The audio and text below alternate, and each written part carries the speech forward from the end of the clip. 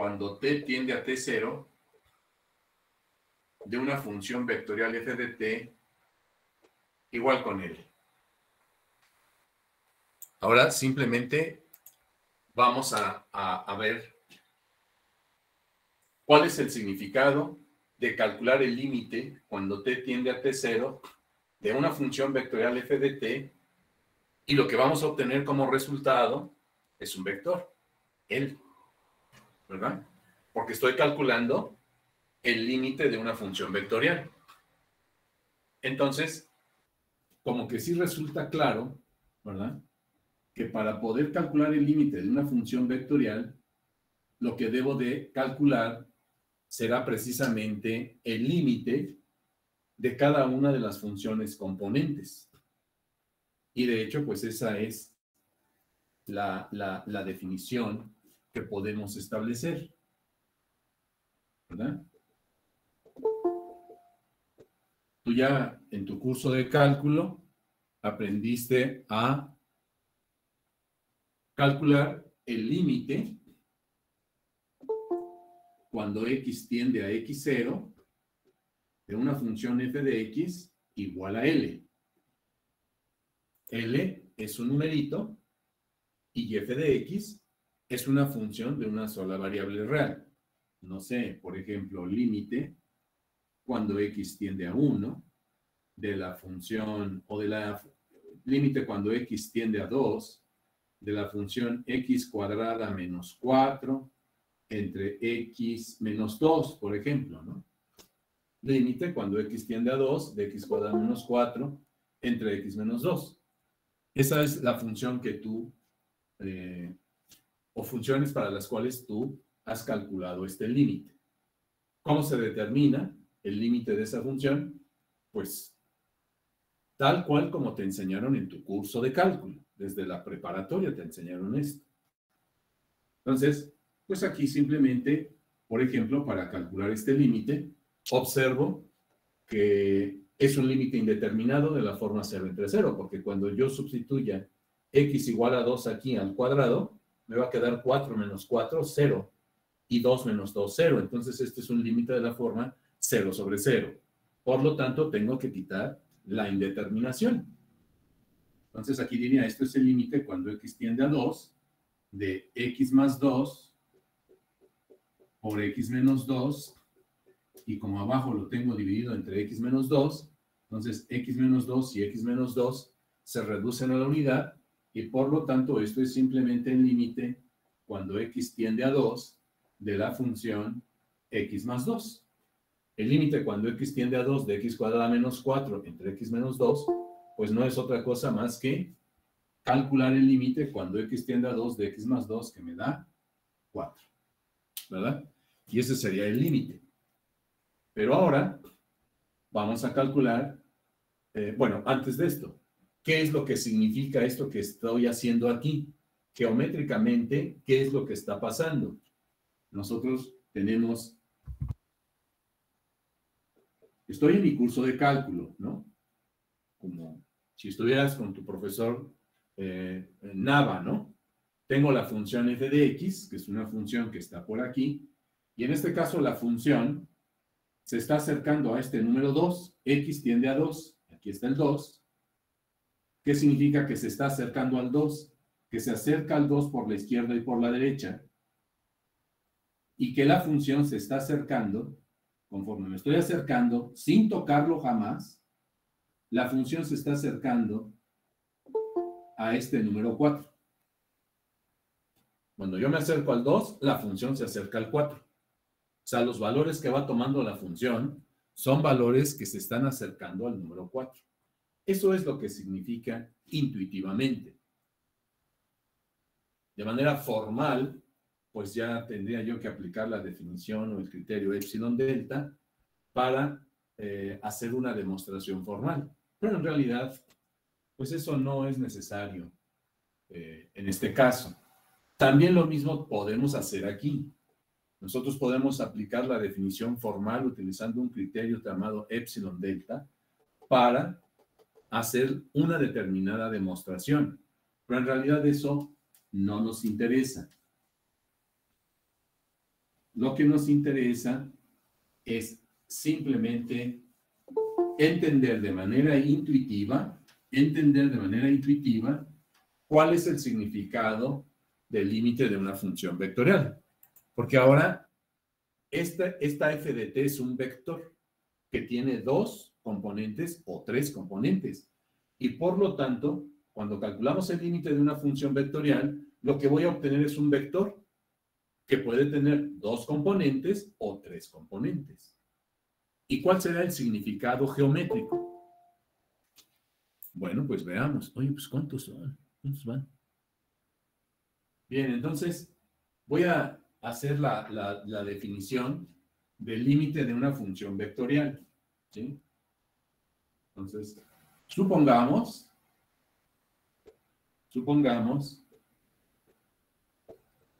que las tres componentes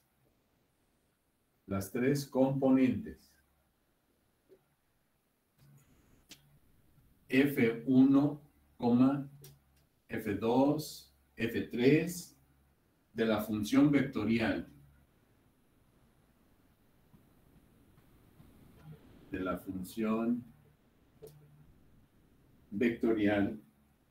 f de t igual a F1 de t por i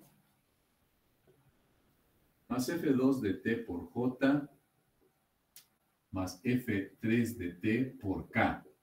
O bien, como tú quieres, o como tú quieras, ¿verdad? También puedo escribir la función vectorial f de t como el vector cuyas componentes son F1 de t, F2 de t, F3 de t. O bien lo escribo así o así. Igualito que como lo hacemos para escribir un vector, ¿verdad? Igual. Entonces, de hecho, por eso estudiamos ya vectores. Entonces, supongamos que las tres componentes, F1, F2 y F3, tienen límites finitos, cada una de ellas. Tienen límites finitos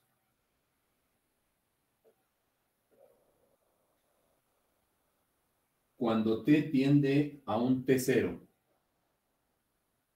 donde T0, este T0,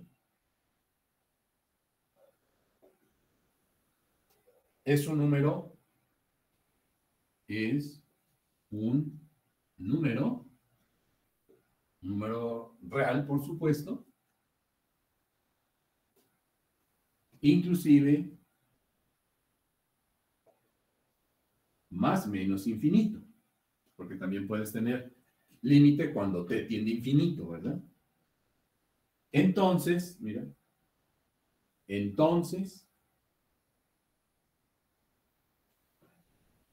límite de una función cuando t tiende a 0 o a t0 de f de t es igual, lo escribo aquí, entonces el límite cuando t tiende a t0 de f de t va a ser igual al límite, mira, al límite cuando t tiende a t0 de la componente f1 de t,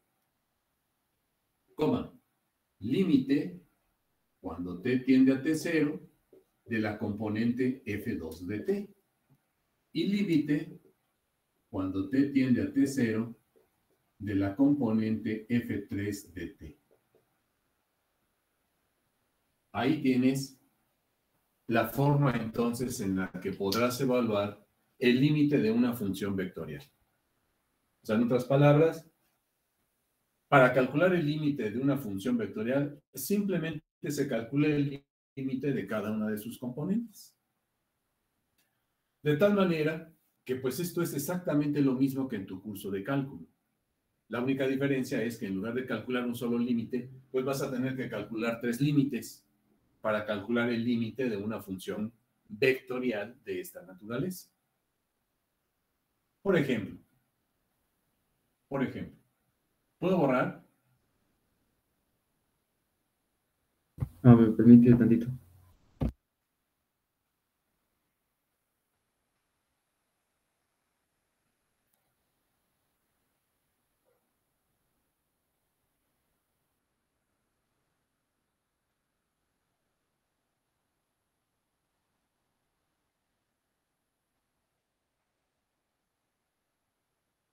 Por ejemplo, voy a ponerle aquí.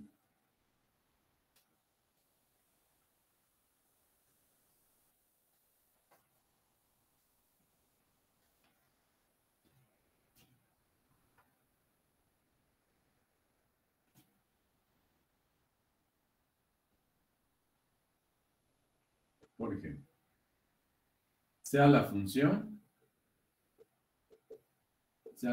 vectorial f de t dada por t cuadrada más 1 por i, más 2tj, más t por k. Calcular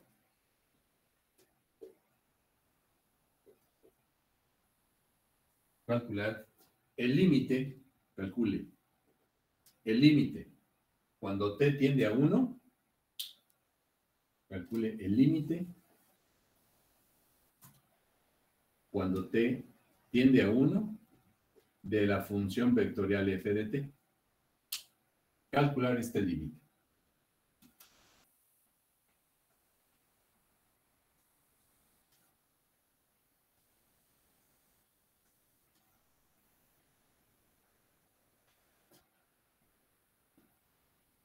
Límite cuando t tiende a 1 de la función vectorial f de t. Calcule ese límite. Bueno, pues simplemente, ¿qué es lo que vamos a hacer? Pues calcular el límite cuando t tiende a 1 de cada una de las funciones componentes.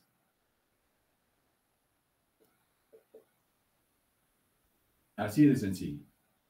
Límite cuando t tiende a 1 de la función vectorial f de t va a ser igual, puedo escribirlo así, límite cuando t tiende a 1 de la función t cuadrada más 1, coma, límite cuando t tiende a 1 de la función 2t, coma, límite cuando t tiende a 1 de la función t. Hay que calcular 3 límites en virtud de que tengo una función vectorial en el espacio. Una función vectorial f de t dada de esta manera, lo que me está describiendo, como ya sabemos, es una curva en el espacio, porque es una función que va de R en R3. Para cada t, hago que se convierta en un vector en el espacio. Entonces, pues simplemente calculamos estos límites. ¿Cuánto vale el límite cuando t tiende a 1 de t cuadrada más 1? Entonces, me quedaría límite cuando t tiende a 1 de la función f de t. ¿Qué me va a dar? Límite cuando t tiende a 1 de esta función, ¿cuánto vale? 2. El límite cuando t tiende a 1 de t cuadrada más 1. 2. ¿Cuánto vale? 2. ¿Cómo? Límite cuando t tiende a 1 de la función 2t. 2. 2. Y 1. Y 1. Ahí está su límite. Este es el vector L de la definición. Límite cuando t tiende a t0 de f de t es igual al vector L. Este es el valor al que se está acercando la función vectorial. ¿Qué es lo que significa esto? ¿Alguien me podría comentar cuál es la interpretación de este resultado? ¿Qué significa lo que estamos haciendo?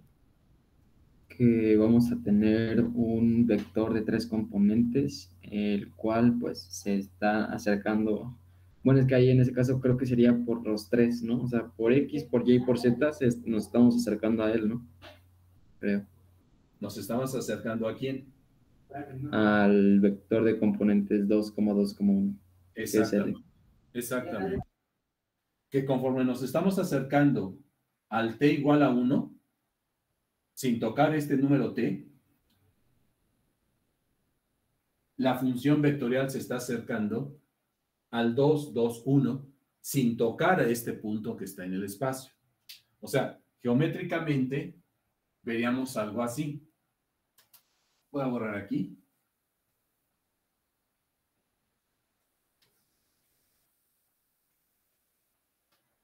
Profe, una pregunta. Entonces ahí, si calculáramos aquí límites laterales, ¿tendríamos que calcular 6 en total?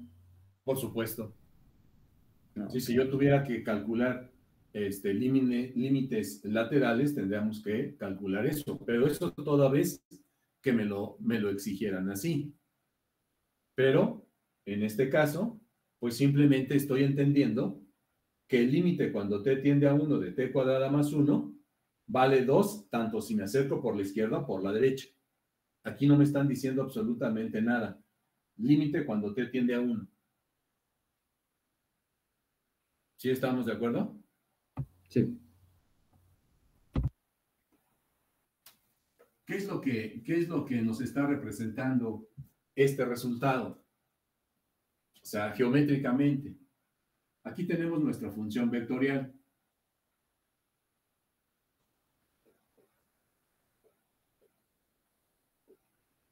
La función vectorial f de t, como sabes, es un vector, este es el vector f de t, que cuando le voy dando valores a la t, me va dibujando una curva. Este vector se va moviendo y me va dibujando todos los puntos de esa curva. ¿Qué es lo que significa que t tiende a 1? El conjunto de los números reales está aquí, donde vive la t.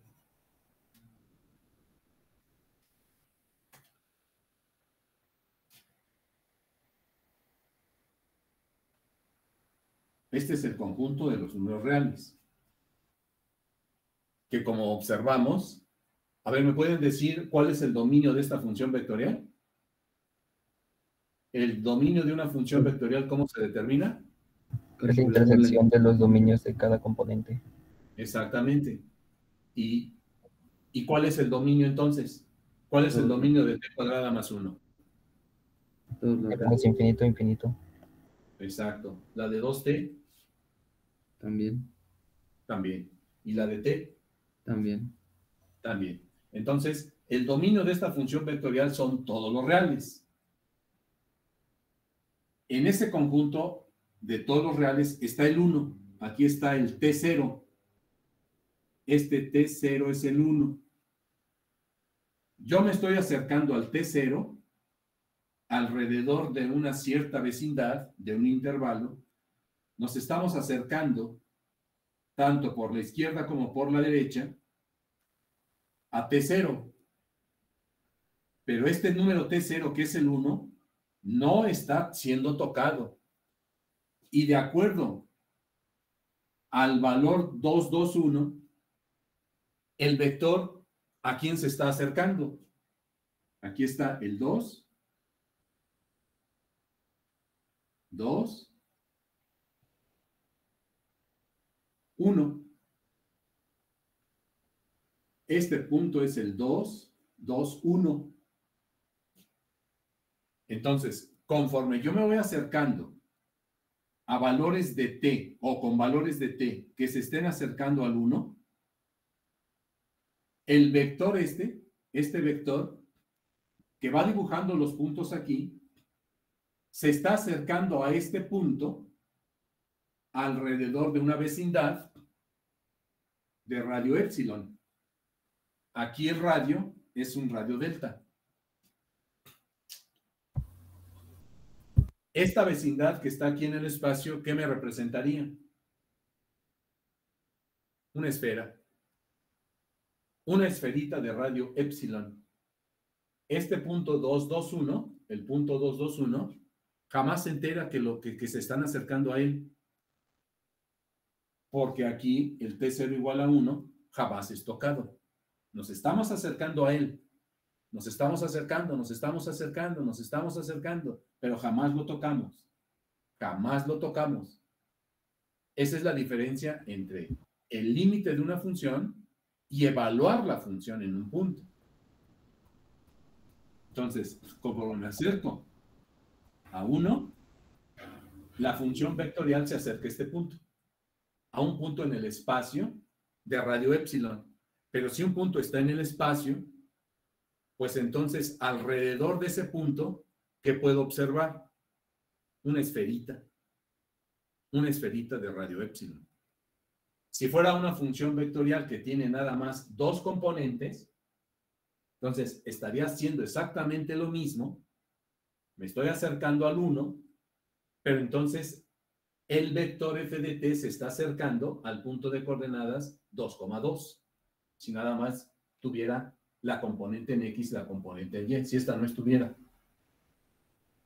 Y por lo tanto, ¿qué cosa es el 2,2? Pues un vector. Está el punto 2,2 es el centro de una circunferencia alrededor de ese puntito. Una circunferencia de radio épsilon. Eso es lo que está sucediendo aquí. Pero si quieres, aquí lo voy a anotar. Voy a borrar esto que está aquí abajo. Lo voy a anotar. Profe, ¿qué es una vecindad? ¿O cuál es la vecindad? Vecindad es un intervalo, joven. Un intervalo, cuando nosotros hablamos de un intervalo donde está un punto aquí, x0, una vecindad es un intervalo de radio delta, ¿verdad? Si, por ejemplo, x0 es el 1. Entonces, ¿qué cosa es una vecindad alrededor del 1? Todo un intervalo de numeritos, que están alrededor de él. ¿Cuáles serían esos numeritos? Si el x0 es el 1, yo puedo tomar una vecindad de radio delta tan pequeña o tan grande como quiera. Por ejemplo, ¿qué numeritos hay alrededor del 1? Alrededor del 1. 1.1, 1.2, 1.3, 1.25, 1.8, etc. Y de este lado, antes del 1, ¿qué valores hay? 0.9, 0.98, 0.97. ¿Sí o no? Sí. Entonces, todos estos numeritos que están alrededor del 1 representan una vecindad alrededor del 1. Eso es lo que tenemos aquí. Ajá. Todos los numeritos que están alrededor del 1 me representan una vecindad alrededor de T0 igual con 1. Y entonces, para todos estos numeritos alrededor del 1, conforme los vamos agarrando y nos vamos acercando al 1, resulta que el vector se va acercando a este punto en el espacio, al 2, 2, 1. O sea, esto significa, y lo voy a poner para que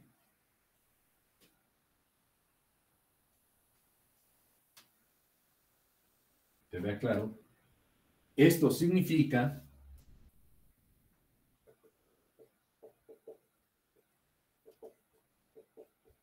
¿verdad? Que se puede tener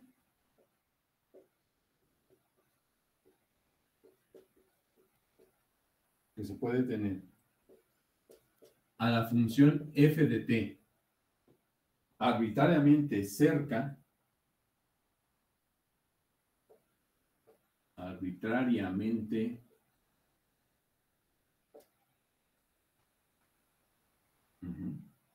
cerca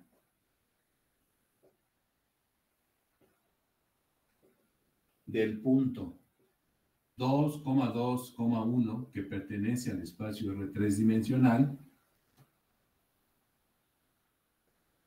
con t suficientemente cercano a quién.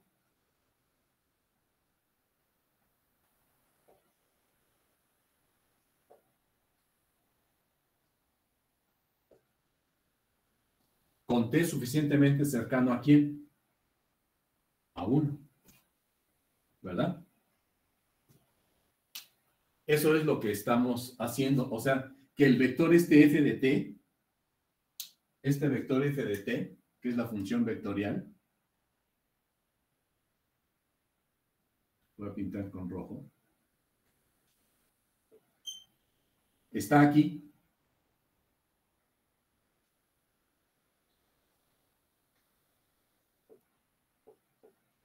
Se está acercando a este punto, pero sin tocar la función vectorial. Alrededor de todos los puntos que están alrededor del 2, 1, 1. El vector se va acercando, le doy un valor más cercano al 1 y el vector se acerca un poquito más a este punto, pero no lo toca. Me estoy acercando al 1 y el vector se acerca a este punto en el espacio. Eso es lo que de manera geométrica y de manera intuitiva es lo que está pasando. Para un T0 alrededor de él, es decir, tómese una vecindad alrededor del 1 y la función vectorial se acerca a una vecindad alrededor del 2, 2, 1. ¿Ya? Esta épsilon que está aquí, o ese circulito que estoy dibujando aquí, es una esfera de radio épsilon. Es una esferita de radio épsilon. Esferita de radio épsilon. Y aquí es un intervalo, esto que tengo aquí, es un intervalo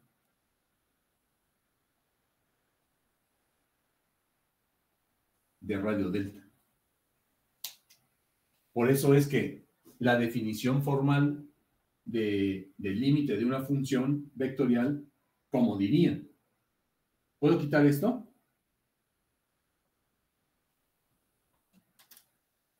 Sí.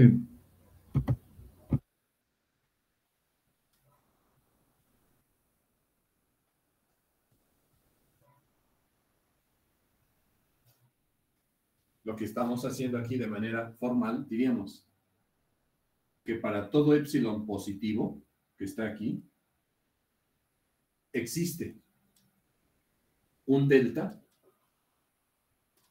que está de este lado, de tal manera que la distancia entre T y T0 menor que delta implica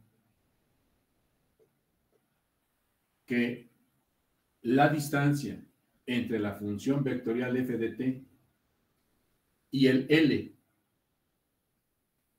que en este caso es este, es menor que un épsilon.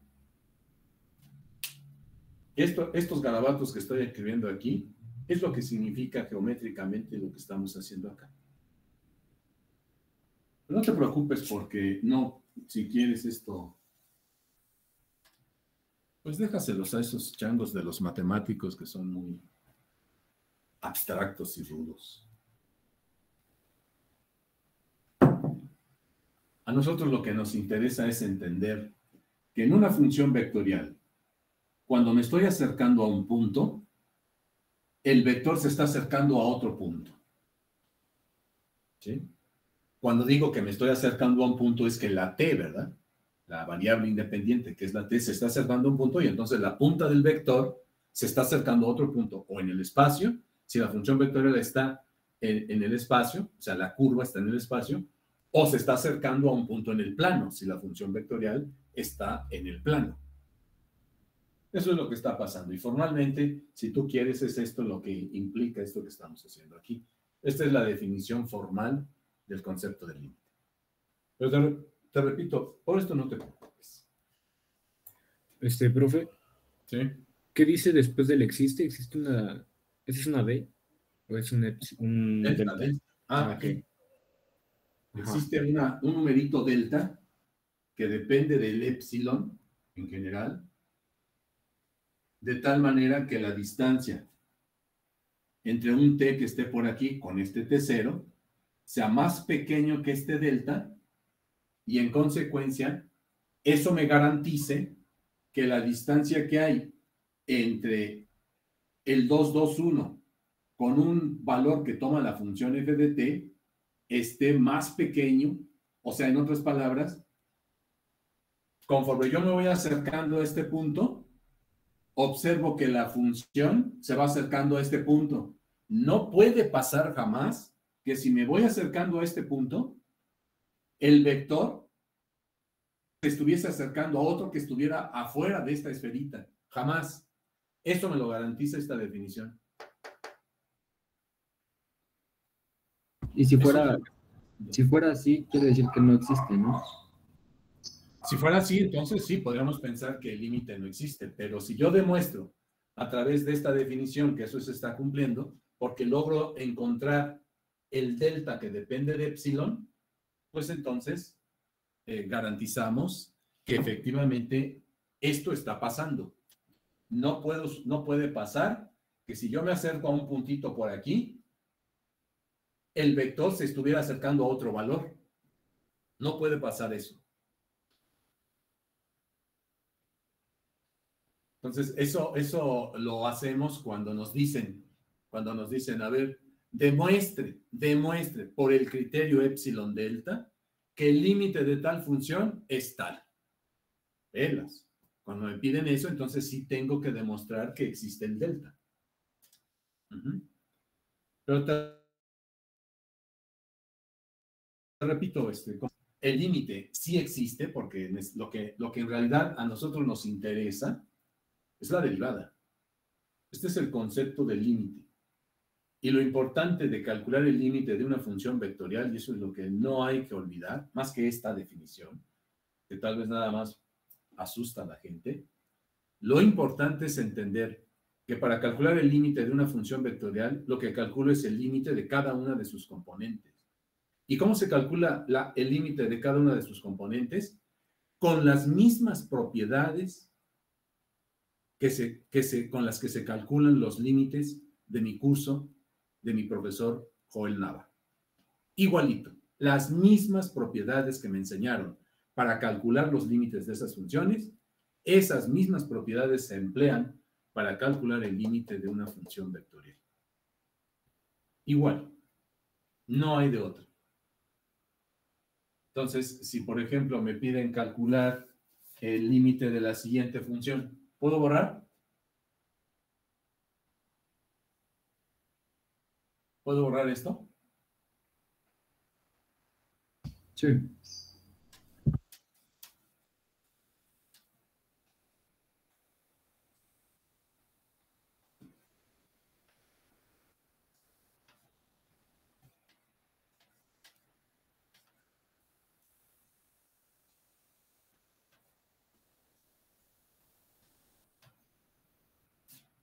Si, por ejemplo, tengo que calcular el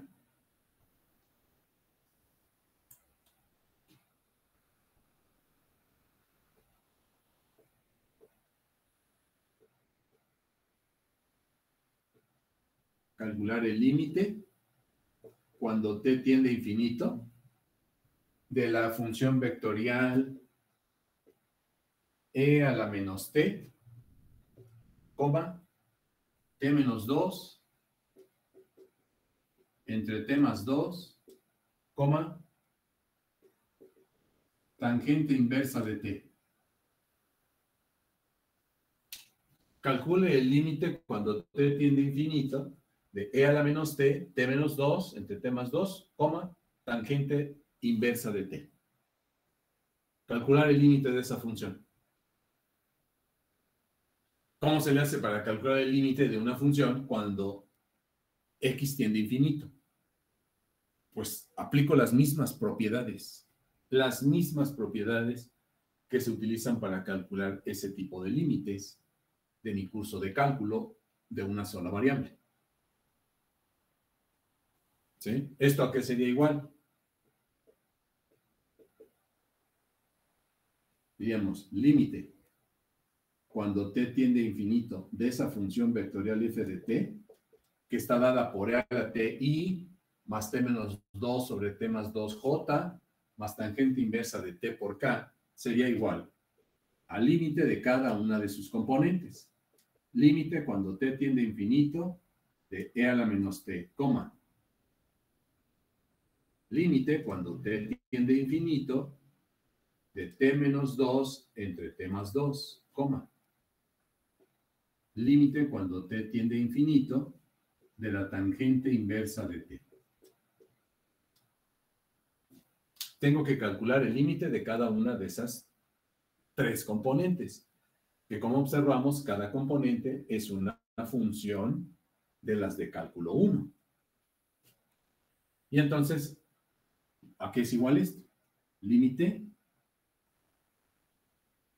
cuando t tiende a infinito de la función vectorial f de t.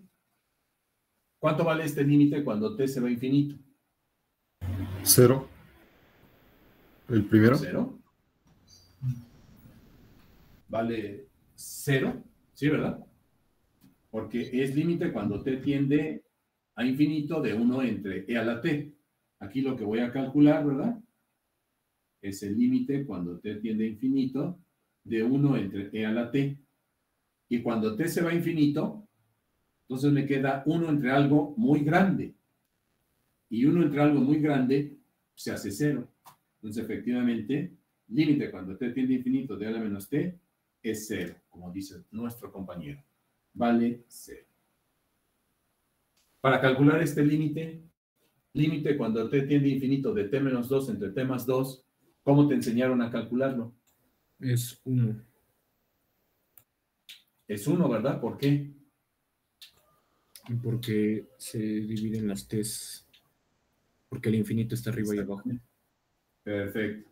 Entonces, lo que hacemos aquí, ¿verdad? Como se los enseñaron, esto sería el límite cuando t tiende a infinito. Dividimos entre t, arriba y abajo, y me quedaría 1 menos 2 entre t, 1 más 2 entre t. Y aquí aplico ya la propiedad esa que dice que el límite cuando x tiende a infinito de a entre x, es un límite de esa naturaleza, ¿no? Límite cuando x tiende a infinito de a entre x, ¿esto a qué es igual? A 0, ¿verdad? Límite cuando x tiende a infinito de a sobre x, esto es igual a 0. Entonces, esto es lo que estamos aplicando aquí. Obviamente estoy aplicando mis propiedades del límite de un cociente. El límite de un cociente de mi curso de cálculo, ¿cómo me lo enseñaron? Es el límite del numerador entre el límite del denominador. En el numerador me queda así y en el denominador así. Entonces el límite cuando t tiende a infinito de 1 menos 2 entre t, que es el numerador, pues va a ser 1. Y abajo me va a quedar límite cuando t tiende a infinito de 1 más 2 entre t, pues también va a ser 1. Porque el límite cuando t tiende a infinito de 2 entre t se hace 0. Por lo tanto, efectivamente, como dice nuestro compañero, esto es 1. Estoy bien, ¿verdad?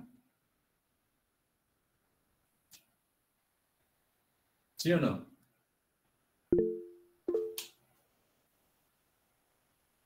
Y luego, límite cuando t tiende a infinito de la tangente inversa de t, pues para esa necesitamos un poquito recordar cómo es. La tangente inversa se comporta más o menos así, ¿no?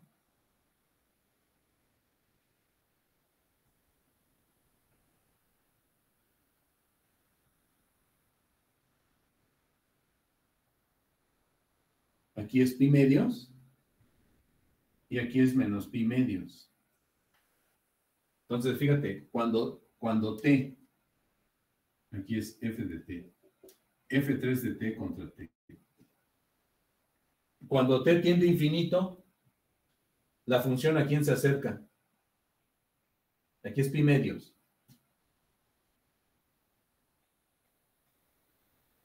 Cuando t tiende a infinito, cuando t es muy grande, ¿hacia dónde se va acercando la función? Está acotada por arriba y por abajo por pi medios y menos pi medios. Por eso. Pero si t tiende a infinito, positivo, infinito más positivo, ¿a quién se acerca? A pi medios. Entonces el límite cuando t tiende a infinito de la tangente inversa de t es pi medios. Ahí tienes. ¿Verdad? El límite cuando t tiende a infinito de esta función es 0,1, pi medios. ¿Qué significa esto geométricamente? Que cuando la función vectorial para esta función, la t tiende a infinito, cuando la t tiende a infinito, resulta que el vector se va acercando a este punto, al punto de coordenadas 0,1, pi medios. Eso es suficiente.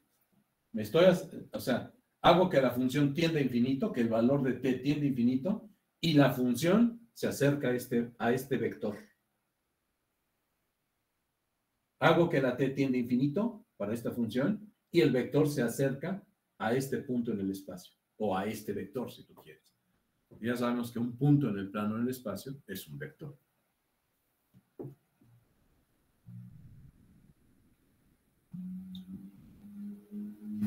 ¿Estamos de acuerdo?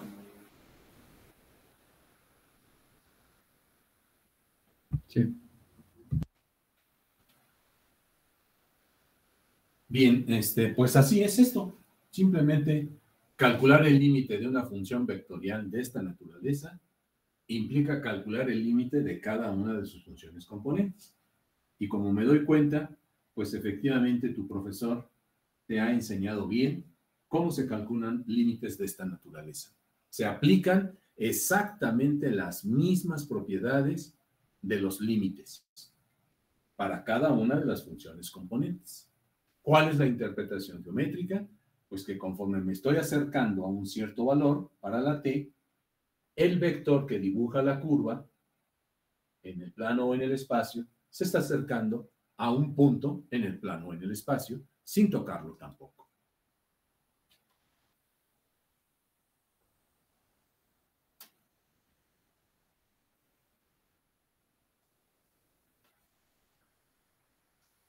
Y entonces, ¿cuál es el concepto inmediato que sigue en el límite de una función de variable real? El concepto de límite, ¿verdad?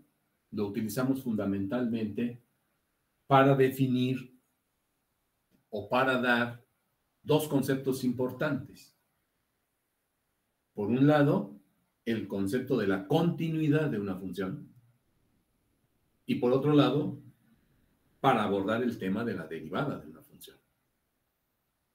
O sea, ¿a qué le llamamos función continua en un punto para una función dada?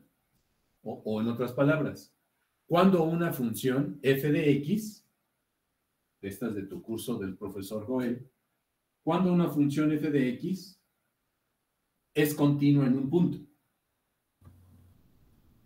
Cuando existe el límite y la función evaluada a lo que tiende ese límite. Perfecto, muy bien. Cuando f de x es continua en x0, ¿verdad? Cuando f de x es continua en x0, cuando se cumple esto, ¿verdad? ¿Qué cosa? ¿Quién fue? Perdón. Yo. Cuando el límite de la función existe y es igual a la función evaluada en el límite de Exactamente. Una función f de x es continua en x0 cuando el límite, cuando x tiende a x0 de la función f de x, existe, por supuesto, y además es igual, este límite, a la función evaluada en x0. ¿Sí estamos de acuerdo? Eso es lo que entendemos cuando decimos que una función es continua en un punto. Una función es continua en un punto si el límite, cuando x, en un punto x0, si el límite cuando x tiende a x0 de esa función es igual a la función evaluada en ese punto. Si esto se cumple, entonces decimos que la función es continua en este puntito. Cuando es continua en todo un intervalo. Aquí es continua en x0. Cuando decimos que la función f de x es continua en todo un intervalo AB, por ejemplo. cuando es continua en cada uno de los puntos del intervalo, ¿verdad? Si la función f de x es continua en cada uno de los puntos del intervalo, pues entonces decimos que la función es continua en todo el intervalo. Esta es la definición precisamente del concepto de continuidad. Pues, ¿qué crees? ¿Cómo quedará entonces el concepto de continuidad para una función vectorial? Idéntica. Idéntica.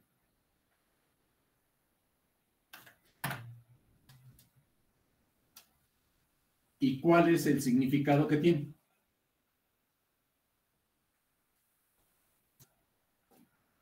Ahora tengo, por ejemplo, la función vectorial.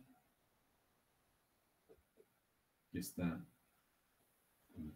x, y, z. Aquí está la función vectorial f de t, que está dibujando la curva. ¿Qué significa? ¿Qué significa que la función sea continua en un punto t igual con t0 que pertenece al dominio de la función? ¿Qué crees que signifique? Porque la definición va a ser exactamente la misma. Una función es continua en un punto t igual con t0 si el límite, cuando t tiende a t0 de la función vectorial f de t, resulta ser igual a la función vectorial evaluada en ese punto. Este es el concepto de continuidad para una función vectorial. Pero geométricamente, ¿qué nos representará? Si la función f de t, lo que nos está dibujando son todos los puntos que se van acomodando sobre esta curva. Que sea continua en un punto, ¿qué significará? Pues es como, era como algo rústico, pero decía que era como el significado de continuidad en las matemáticas, decía en el Stuart que era como algo muy parecido al lenguaje cotidiano, que era continuo, un proceso continuo, sin pausas, o sea, como sin despegarle el lápiz del papel para poder trazar la gráfica. Exactamente, muy bien, joven Morales. Eso es. Que la función vectorial sea continua en un punto, pues significa que cuando la función vaya dibujando la curva, no va a encontrarse con ningún hoyito que esté sobre la curva. No va a poder pasar, si la función es continua, no va a pasar que a lo mejor el vector va dibujando la curva. Aquí para un valor de t, aquí para otro valor de t, aquí para otro valor de t. La función es continua, el vector se va a ir moviendo y nunca va a ser posible que aquí encuentre un hoyo. Porque la función es continua en ese punto. Entonces no es posible que vaya a haber un hoyo. Si la función fuese discontinua en ese punto, entonces pensaríamos que la curva tiene ahí un hoyito. Justo como lo que dice usted, joven Morales Martínez. Si yo dibujo la curva, si mi plumón fuera el vector que va dibujando la curva, pues si la función es continua, no despego el lápiz del pizarrón. Pero si fuera discontinua porque hay un hoyito ahí, entonces voy dibujándola, y cuando llego ahí me tengo que parar. Tendría que despegar el lápiz del papel para continuar. Ahí está. Así de simple. Una función vectorial es continua en un punto porque no tiene ningún hoyito. Ahí. Se puede dibujar la curva sin problema, manteniendo el lápiz sin despegarlo del papel si la curva está en el plano. O bien, si la curva está en el espacio, pues entonces el vector está dibujando la curva en el espacio. Entonces igual, ¿no? El vector va dibujando y no voy a encontrar ningún hoyito sobre la curva que me permita detener mi plumón aquí en el espacio. ¿Se entiende? Sí. ¿Jóvenes? Pero la definición es la misma. Una función vectorial es continua en un punto T0 si el límite que está aquí existe y además la función f evaluada en T0 es igual a este límite. Si eso pasa, pues entonces decimos que la función es continua en ese punto. ¿Sí ves? Justo lo que has aprendido de tu curso de cálculo. Si eso lo estás aprendiendo bien, exactamente, pero ahora nada más resulta, como diferencia, es que estoy hablando de funciones vectoriales que tienen cada una de ellas, cada función vectorial, 2 componentes o 3 componentes. Porque nuestro objetivo es trabajar con ese tipo de funciones. Las funciones vectoriales pueden tener más de 3 componentes, 5, 1000, etc. Pero las que nos interesan son las que tienen 2 componentes o 3 componentes. Entonces, en ese sentido, pues exactamente el concepto de continuidad se puede entender de esa manera, ¿sí? Continuidad.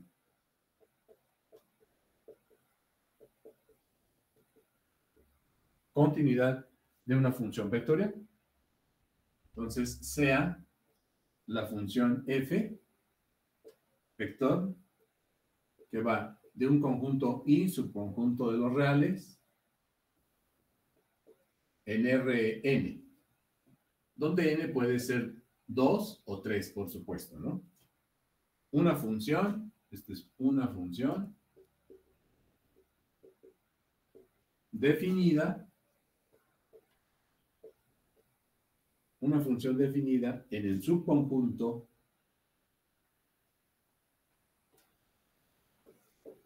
subconjunto abierto y de R, de los números reales. Y sea T0 un punto de ese intervalo. Bueno, pues mira, se dice que la función vectorial f es continua. Es continua. En ese punto T0, sí se cumple que el límite, cuando t tiende a T0, de la función f de t, es igual a la función f evaluada en T0.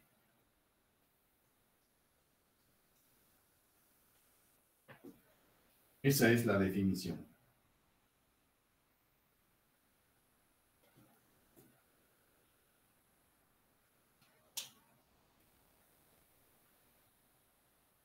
Por ejemplo, discuta la continuidad de la siguiente función vectorial. Por ejemplo,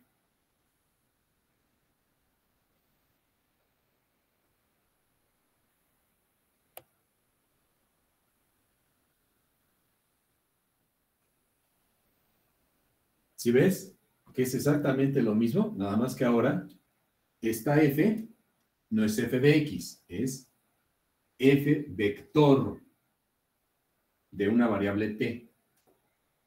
¿Por qué variable t?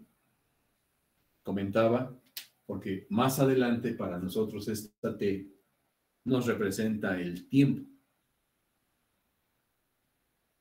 El tiempo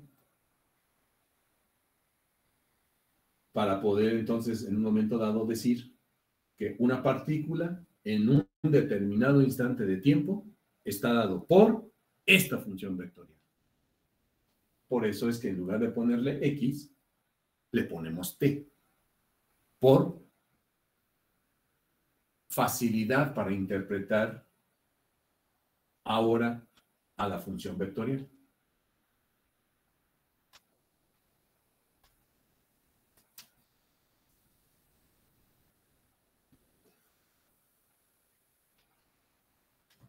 ¿Vamos bien? Sí.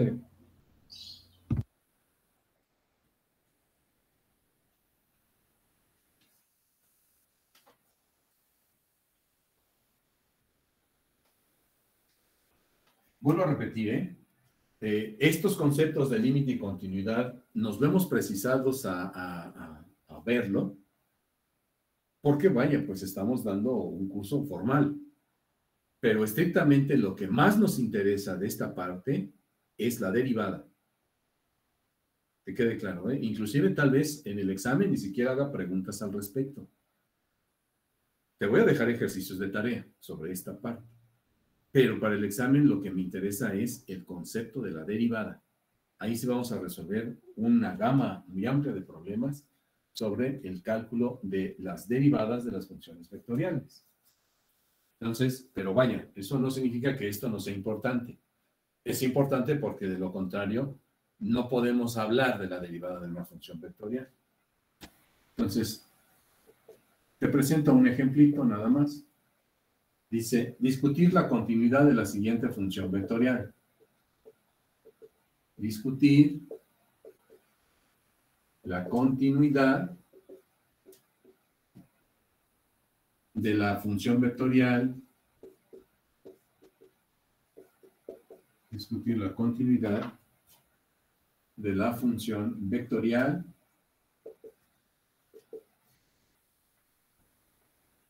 siguiente, mira. F de t, la función vectorial f de t, dada por tangente de t por i. Tangente de t, voy a poner tangente de t por i, más raíz cuadrada de t más 1 por j, más logaritmo natural de t cuadrada más 1 por k.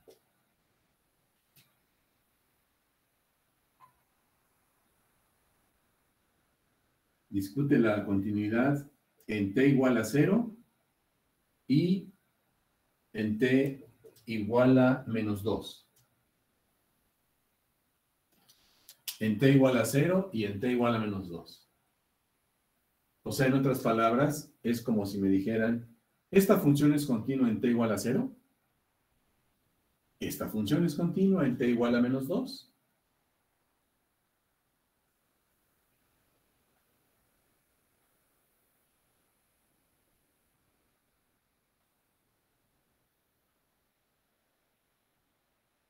Pues, ¿qué es lo que tendremos que hacer?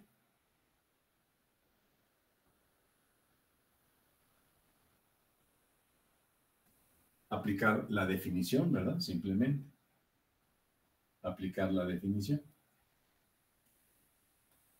Sí se alcanza a percibir bien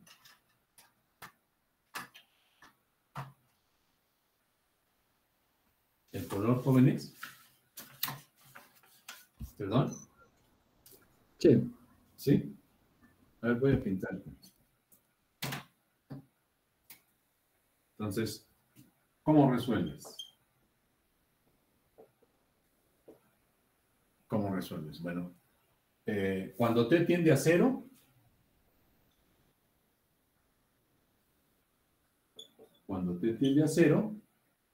el límite es el siguiente, ¿verdad? El límite es, ¿cómo nos quedaría?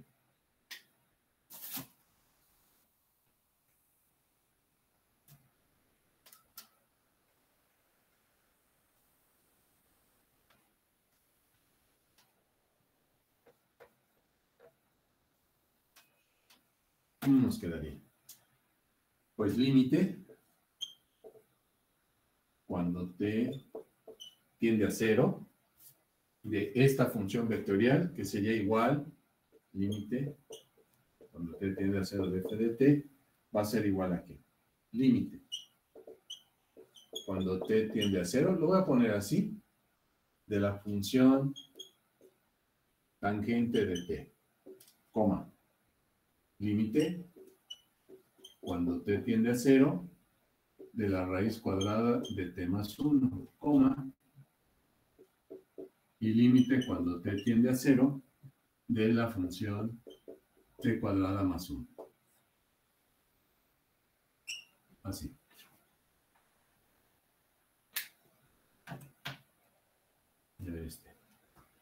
¿Esto a qué es igual? Si calculamos este límite,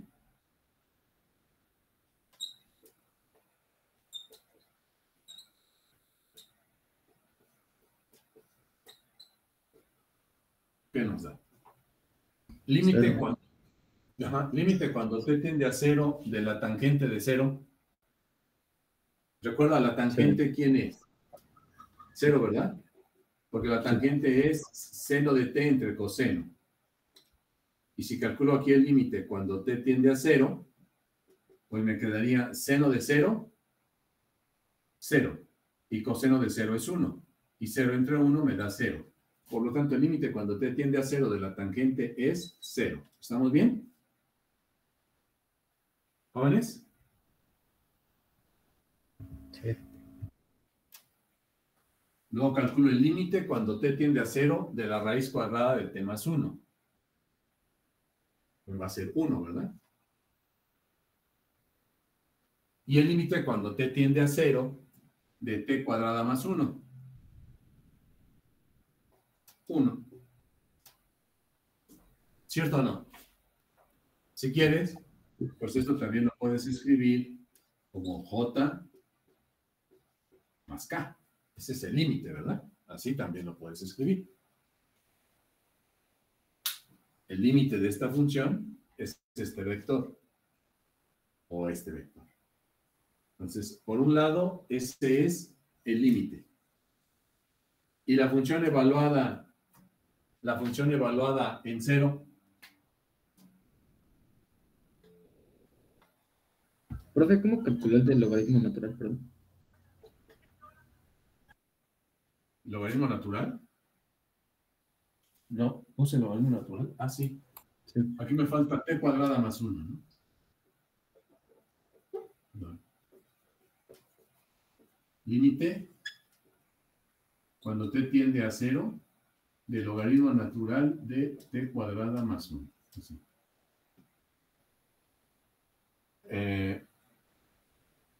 ¿Qué nos queda?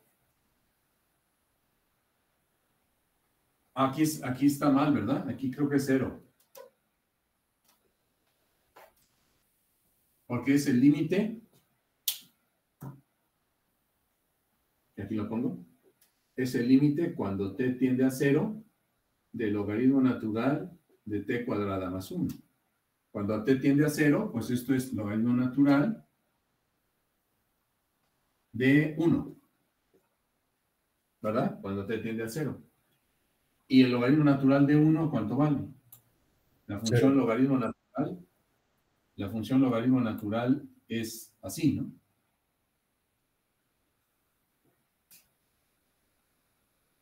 En 1, aquí está el 1, en 1 vale 0. Entonces, efectivamente, aquí es 0. Sí, claro que sí. El límite cuando t tiende a 0 de esta función es 0, 1, 0. Perfecto. Pues si tú quieres, el vector j. Así, ¿verdad? Ahora, f evaluada en 0.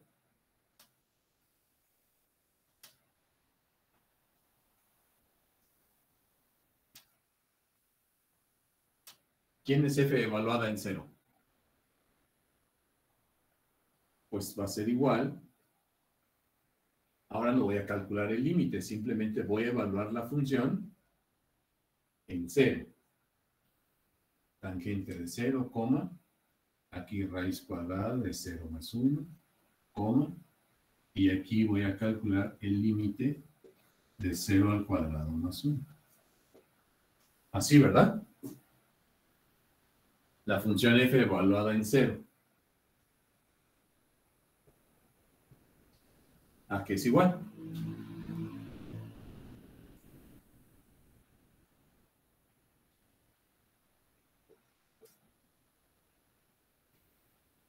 Tangente de 0, 0.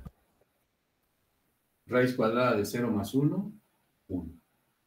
Y logaritmo natural de 1, 0. ¿Cómo son? Iguales. iguales, como el límite cuando t tiende a 0 de la función vectorial f de t es igual a la función evaluada en 0, entonces f de t es continua en t igual a 0. La función f de t es continua en t igual a 0.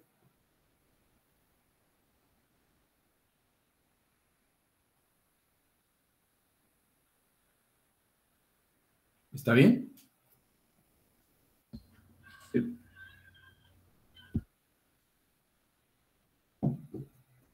¿Qué sucede? ¿Verdad? ¿Qué sucede cuando t tiende a menos 2? Voy a borrar aquí.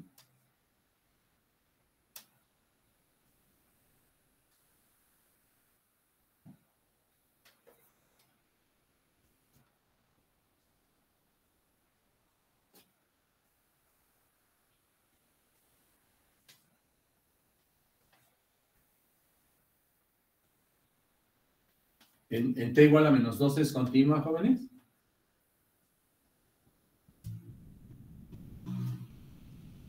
¿En t igual a menos 2?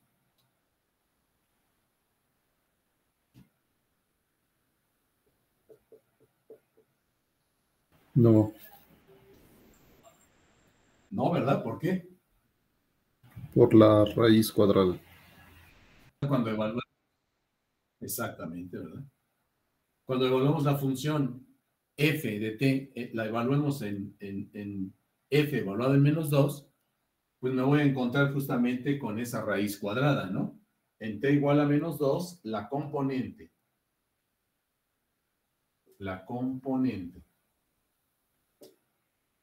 dada por, lo voy a poner así, g de t igual a la raíz cuadrada de t más 1, no está definida.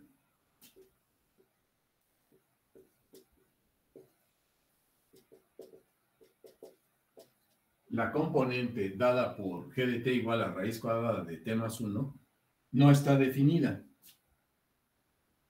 Por lo tanto, la función f evaluada en menos 2 no está definida.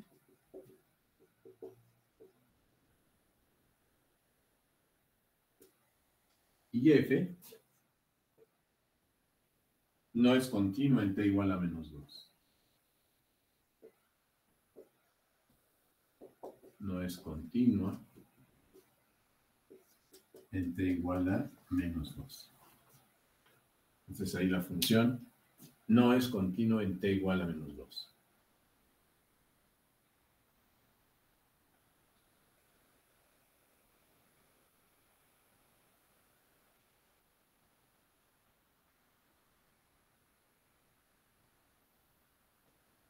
¿Estamos de acuerdo? Sí. Bien. Me faltaría afinar unos detallitos acerca de los límites de funciones vectoriales, porque, pues obviamente, por ejemplo, si ahora estamos hablando de funciones vectoriales, pues también es claro que podemos plantear el límite de una función vectorial, ¿verdad? El límite de una función vectorial cuando lo que tenemos es un producto punto o un producto vectorial, ¿verdad? Y esas serían simplemente las, digamos, comentarios que haría al respecto. Es que quería comenzar con la derivada, lo de la derivada. Y la próxima clase escribo con más formalidad esas propiedades de los límites. O sea, ahora vas a tener que, por ejemplo, si tú tienes que calcular el límite, mira, el límite cuando t tiende a t0 del producto punto entre dos funciones vectoriales. Porque es válido, ¿verdad eso? Límite cuando t tiende a t0 del producto punto de una función g de t por otra, f de t con g de t. ¿Estás de acuerdo que esto, f de t, es una función vectorial, o sea, es un vector? Y g de t otro vector, pues es válido el producto punto entre ellos. Y en consecuencia, puedo calcular un límite para esta función. También tendría que calcular el límite cuando t tiende a t0, ¿de quién? Del producto vectorial de f de t cruz g de t.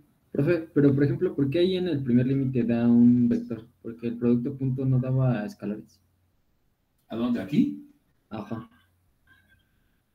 ¿Por qué el producto punto da un vector? No, no, no. Aquí No, el producto no, punto ¿por qué me sí va a dar una función escalar. Ajá, por eso digo. Entonces, pues si nos da un escalar, entonces trabajamos con... Ah, ok. Ok, sí. O sea, aquí me va a quedar una función escalar. Ajá. Cuando hago el producto punto de esta función f de t con esta función g de t, lo que me va a quedar es una función escalar, por ejemplo. Ujú. Vamos a pensar que la función f de t es t, t cuadrada.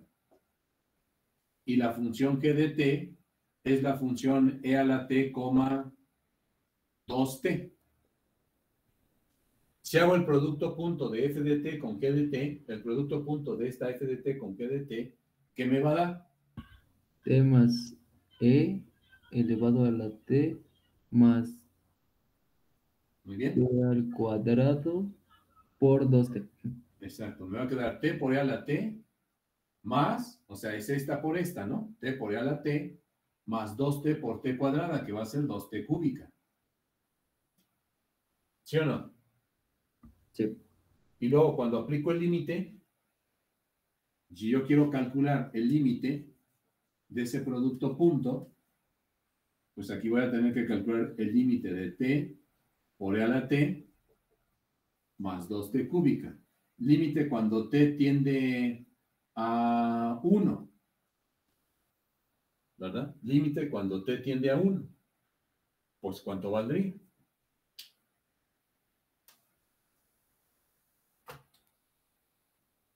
Pues va a ser 1 por e a la 1, va a ser 1 por e. 1 por e.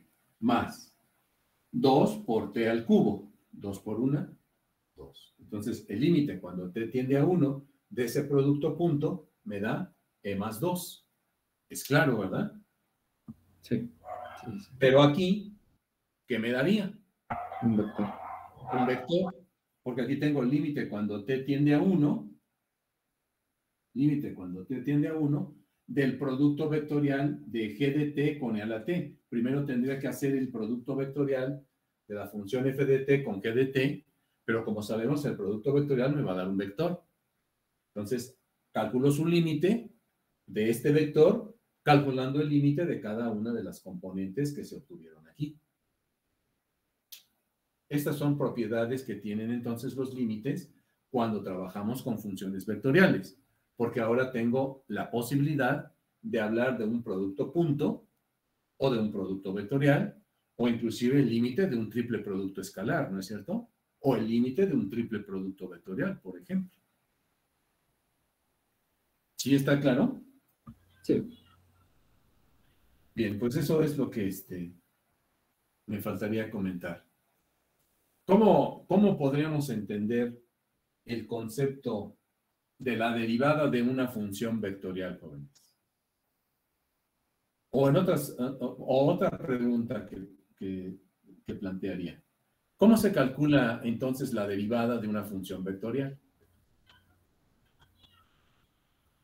Yo tengo una función vectorial. Sería el mismo cálculo del límite, pero cuando delta x tiende a 0, ¿no? ¿Sería el mismo cálculo que el límite? Bueno, Encontraríamos, yo pregunto, ¿cómo se calcularía la derivada? encontraríamos un vector tangente a la curva que genera nuestra función vectorial. ¿Eso cómo lo probamos?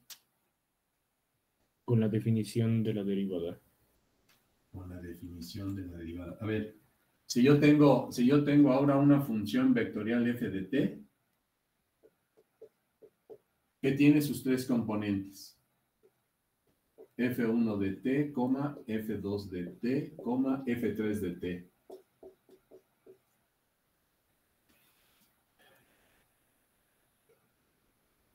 Y ahora lo que quiero es calcular la derivada.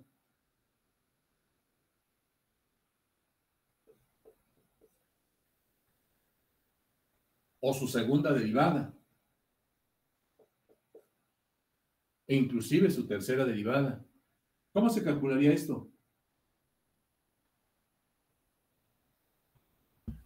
Aplicándole la derivada a las tres componentes. Claro. La derivada es simplemente la derivada de la función vectorial a una de las funciones componentes.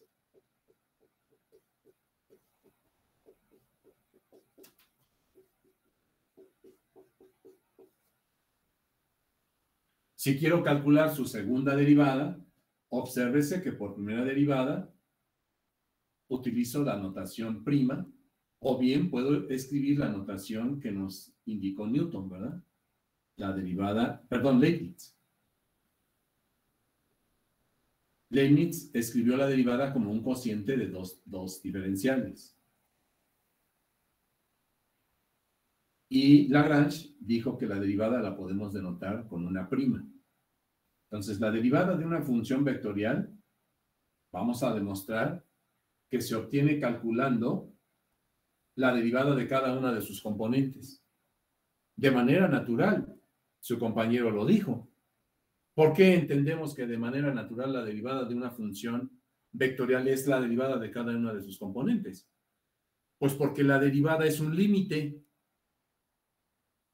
Y entonces, si para calcular el límite de una función vectorial, lo que tengo que hacer es calcular el límite de cada una de las componentes, pues entonces es claro que si yo quiero calcular la derivada, que se entiende como el límite de un cociente muy especial, pues entonces, de manera intuitiva, sí resulta claro que la derivada de una función vectorial deberá de ser la derivada de cada una de sus componentes. Su segunda derivada, pues la segunda derivada de cada una de sus componentes, ¿verdad? Esta segunda derivada, que se escribe como fb', también se puede escribir como la segunda derivada de f con respecto a t cuadrada, y eso se llama segunda derivada o fb', y se calcularía como f1 b', f2 b', f3 b'. Claro, así se calcularía. Eso es por un lado. O sea, calcular una derivada, pues simplemente implica derivar cada una de las funciones componentes. ¿Y cómo se deriva?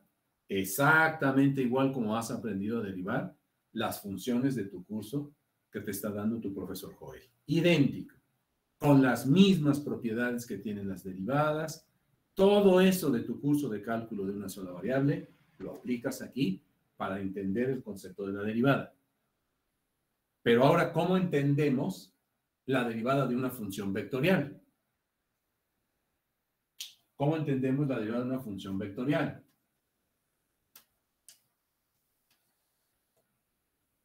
¿Qué tenemos ahora?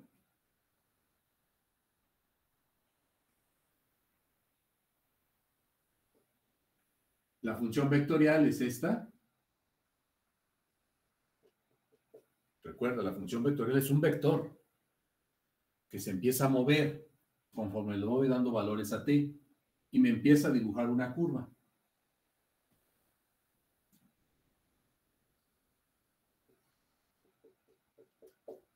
¿Quién es este?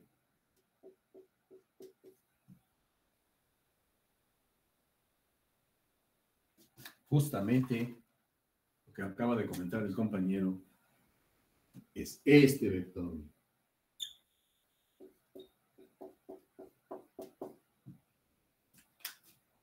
En este punto, para la función vectorial f de t, su derivada es un vector que resulta ser justamente tangente a la trayectoria que va dibujando la función vectorial.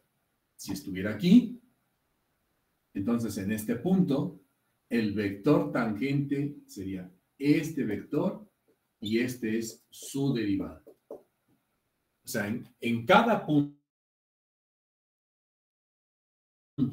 puedo encontrar un vector tangente a la trayectoria dibujada por la función vectorial f de t, y justamente es el vector derivada.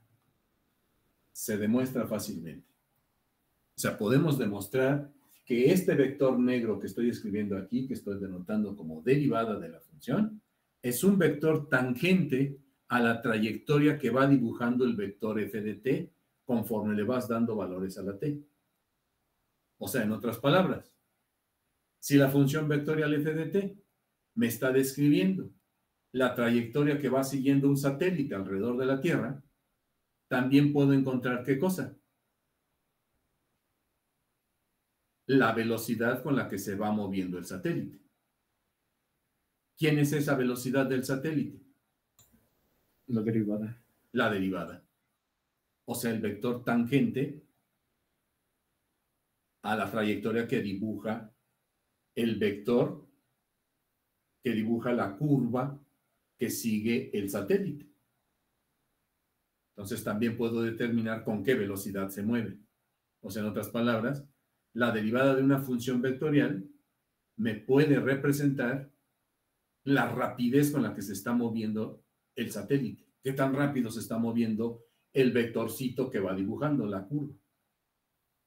¿Se entiende? ¿Jóvenes? ¿Es la rapidez o la velocidad, profe? Bueno, la rapidez es la magnitud de la velocidad. Ok. Ajá. Entonces, estrictamente es la velocidad, vector. Ok. Vector. Vale. Si hablo de la rapidez, estoy hablando de la magnitud que tiene ese vector. Ok. Ajá.